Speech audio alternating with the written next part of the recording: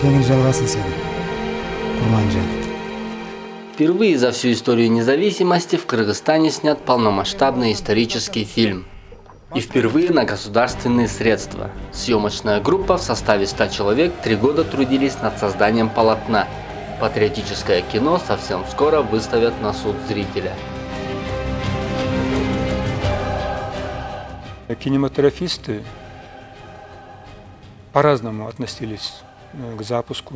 Кто-то скептически, кто-то боялся, кто-то выступал против, кто-то и сейчас, ну, есть такие, в общем-то, среди культурно-творческой среды бывает, что и бывают недоброжелатели.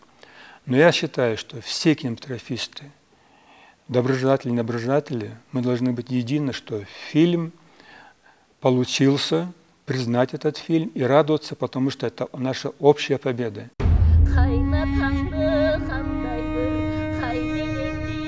Курманжан Датка – славная дочь кыргызского народа, видный государственный и военный деятель, царица Алая, которую остерегались и признавали.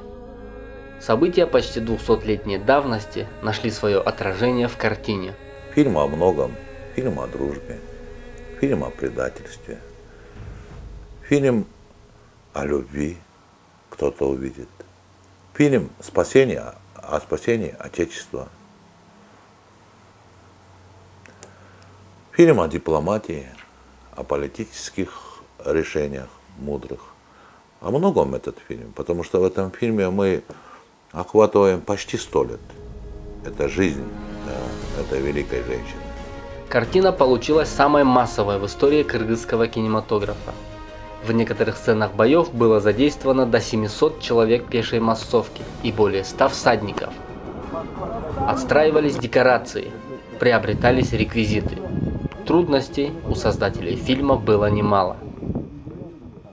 Трудностей были очень много, на самом деле. То же самое, вот видите, вот «Тигр», да, мы привезли из Москвы. Такой интересный случай. В Москве, видимо, конина дешевле стоит, да? Они кормят этого тигра кониной.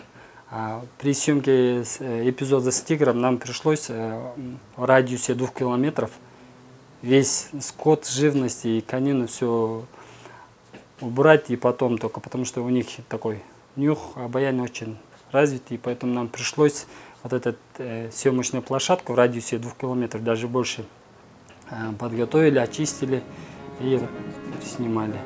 Такие масштабные съемки предполагают немалые средства. Бюджет фильма, который составил 70 миллионов сомов, породил немало разговоров об оправданности таких затрат.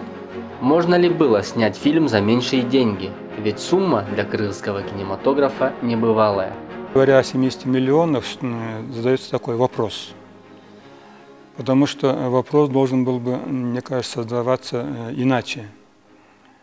Можно ли на эти 70 миллионов или на 1 300 000 долларов снять большое историческое полотно?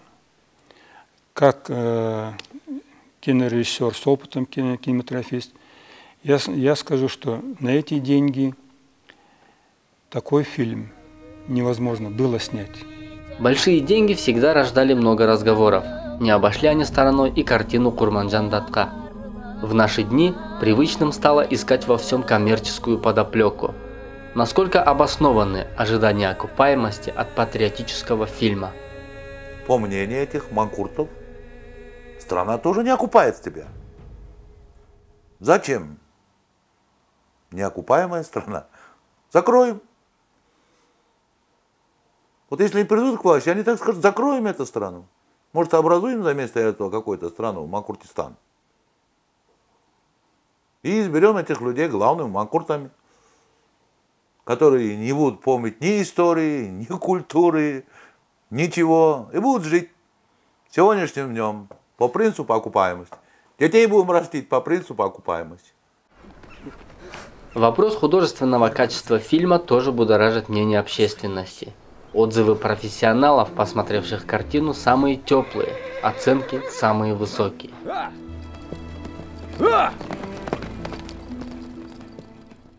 Снял фильм достойно. Достойно во всех отношениях. В первую очередь, на высоком профессиональном уровне, на высоком профессиональном режиссерском уровне, на высоком профессиональном операторском уровне, на высоком актерском уровне, на высоком, говорится, таком эстетическом уровне. Я считаю, что фильм будет достоин этой темы.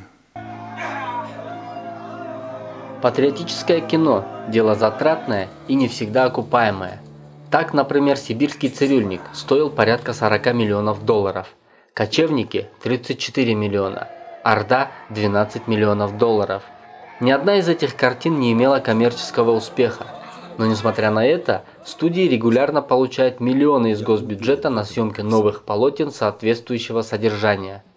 Ведь трудно переоценить значение кино, издательского дела и культуры в общем для полноценного развития страны. Я думаю, это будет большая победа кыргызского кино, кыргызской культуры и вообще в целом Кыргызстана, потому что фильм будет представлять Кыргызстан на международных фестивалях. И по этому фильму люди, которые не знают, что такое Кыргызстан, где он находится, кто такие киргизы, по этому фильму будут судить о народе, о его культуре, о его истории. И я думаю, это будет достойное представление. Премьера фильма приурочена ко Дню независимости страны. А в конце августа Курманджан Датка с бюджетом в разы меньше зарубежных аналогов, первая из Центральной Азии, будет показана на Монреальском международном кинофестивале.